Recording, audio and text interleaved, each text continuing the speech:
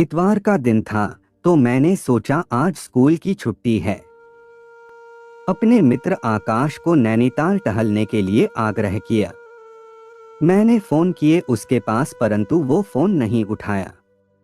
बात क्या थी कि उस समय गर्मी का महीना था और तेज बारिश के वजह से बिजली के स्तंभ गिर गए थे और बिजली भी नहीं आई थी। उस समय मैं अपनी मोबाइल नहीं चार्ज कर पाया। मैं अपने कमरा में बैठकर सोचने लगे कि फोन क्यों नहीं उठाते। उसके बाद अगले दिन यानी सोमवार को गांव के बच्चे चंदा मांगने आए। बोले भैया जी चंदा मांगने आए हैं, बिजली के स्तंभ के गिर जाने से तार टूट गया है, मिस्त्री बुला के सही करवाना है। मैंने उससे पूछा कितना रुपए देना पड़ेगा, तब उसने बोला 10 चाहिए। मैंने 10 दिया और तब जाकर बिजली गांव में आई और हम आराम से अपनी मोबाइल चार्ज किए। फिर से कोशिश किए आकाश के पास फोन करने का, उसने तुरंत फोन उठाया। मैंने पूछा चलोगे नैनीताल घूमने? आकाश ने ठीक है चलूंगा, हम भी छुट्टी में हैं। मैंने अपने बैग में कपड़ा और कुछ खाने के लिए भी रखा। पहुंच गए रेलवे स्टेशन, पुनः फोन किए आकाश के पास। आकाश ने कहा ठीक है, बस 2 ही मिनट में पहुंच गया। बातें करते करते आकाश पहुंच गए। हम और आकाश रेलगाड़ी में प्रवेश हुए। हम अपनी सीट पर आराम से बैठ गए। आकाश हमारे पास ही बैठ गया। कुछ ही समय बाद एक खूबसूरत लड़की आकर आकाश के सामने वाली सीट पर बैठ गई। मैंने सोचा आकाश जानते होंगे इस लड़की को। आकाश ने उसे देखने लगा और वो लड़की भी आकाश को देखने लगी। ये नजरों से बातें कुछ देर तक चलने लगा। आकाश से पूछा ये आपकी गर्लफ्रेंड लगती हैं क्या? उसने कहा नहीं। उसके बाद मैंने कहा ठीक है। उसके बाद वो अजनबी लड़की आकाश से पूछती हैं आप कहाँ से हो, आपका क्या नाम है? आकाश ने अपना नाम और पता बताया और आकाश ने उस लड़की के नाम पूछा और पता। लड़की ने बताया मैं रायपुर की रहने वाली हूँ, मेरा नाम सुमन है। उसने आकाश से फोन नंबर मांगा। आकाश ने अपना फोन नंबर दे दिया और जब अगले स्टेशन पर गाड़ी रुकी तब एक गुलाब के फूल देकर मुस्कुराते हुए बोला आकाश हमें आपसे प्यार हो गया है। प्रेम की बातें कुछ देर तक चलती रही। हम वहीं खड़ा होकर नजारा देख रहे थे।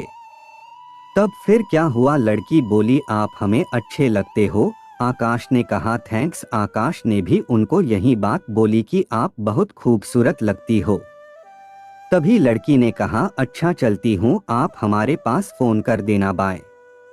कुछ समय बाद रेलगाड़ी निकलने ही वाली थी। तभी अचानक हमें जोर से प्यास लगी। बोतल लाने के लिए अपने मित्र आकाश को भेजे दुकान पर, क्योंकि घर से नहीं लाए थे घर से। तभी रेलगाड़ी चल पड़ी। मैंने सोचा हम चले जाएंगे तो आकाश रह जाएंगे, उसे कौन संभालेगा, इसी आस विश्वास किए बैठे थे। तभी आकाश आया पानी की बोतल लेकर और बोला अभी नंबर चेक करता हूँ, कहीं लड़की गलत तो नहीं दिया है। आकाश ने फोन किए और वो लड़की फोन उठाया। दोनों में मीठी मीठी बातें रही थीं।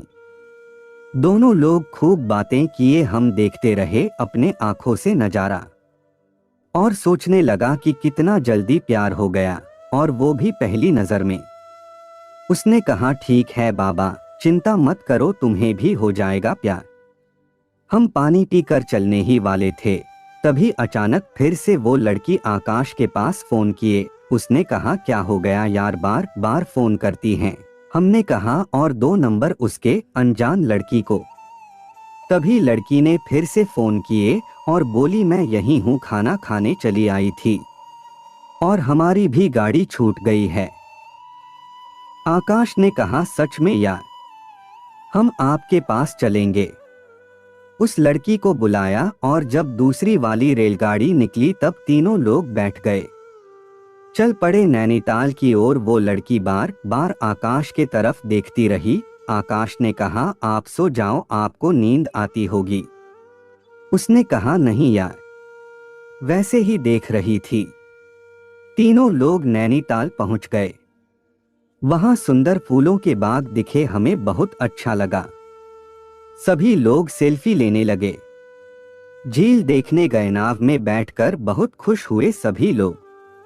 कुछ दिन रहे वहां पर, टहलने घूमे। उसके बाद सभी लोगों का मन हुआ अब चले घर। सभी लोग कपड़ा और खाना रखे वहां से चल पड़े। फिर उस लड़की ने आकाश के साथ में चलने का फैसला लिया।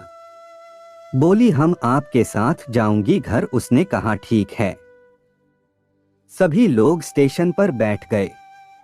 लड़की ने आकाश से कहा, हम भी चलूंगी, हमें तुमसे प्यार हो गया है, हम आपके ही साथ रहूंगी। हमने मन में ही बोला। गले में घंटी बंध गई। अब तो प्रेम विवाह करना ही पड़ेगा अपने मित्र का। मुस्कुराते हुए आकाश ने उसे बहुत समझाया, देखो हमारे साथ जाओगी तो बेइज्जती होगी, मत जाओ। तब उसने कहा ठीक है, पर एक फोटो तो खिंचवाते जाओ।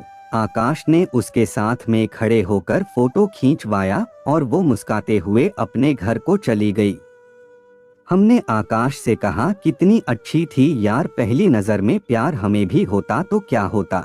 आकाश ने कहा, अच्छा ठीक है कहते हुए रेलगाड़ी में बैठ गए दोनों लोग। जो लड़की थी वो पहले ही चली गई थी। तब बचे दो लोग, हम और आकाश। आकाश ने कहा, आज चलो हमारे घर, शाम को चले आना।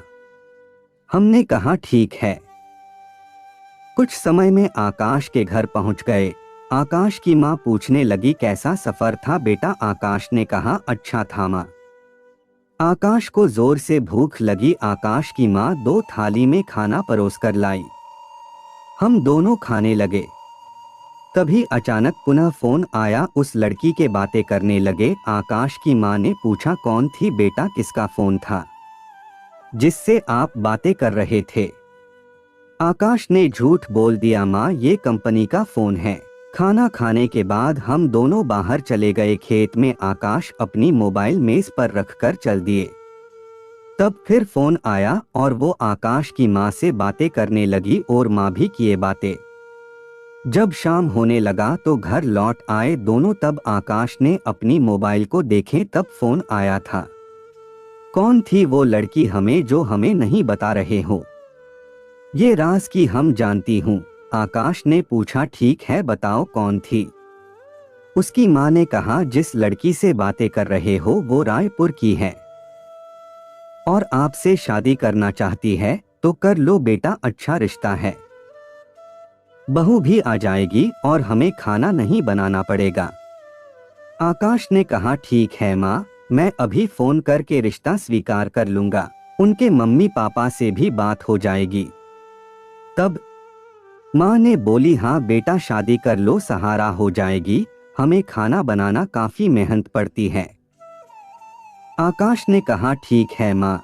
सुबह फोन किए तब उनके पापा से बात हुई। उसके बाद दोनों लोग राजी हो गए शादी करने के लिए। आपका समय निकलकर हमारे साथ था, इसके लिए आपका धन्यवाद। अगली बार फिर से मिलते हैं नए और रोचक वीडियो के साथ। चैनल को सब्सक्राइब करना न भूलें। धन्यवाद और शुभकामनाएं।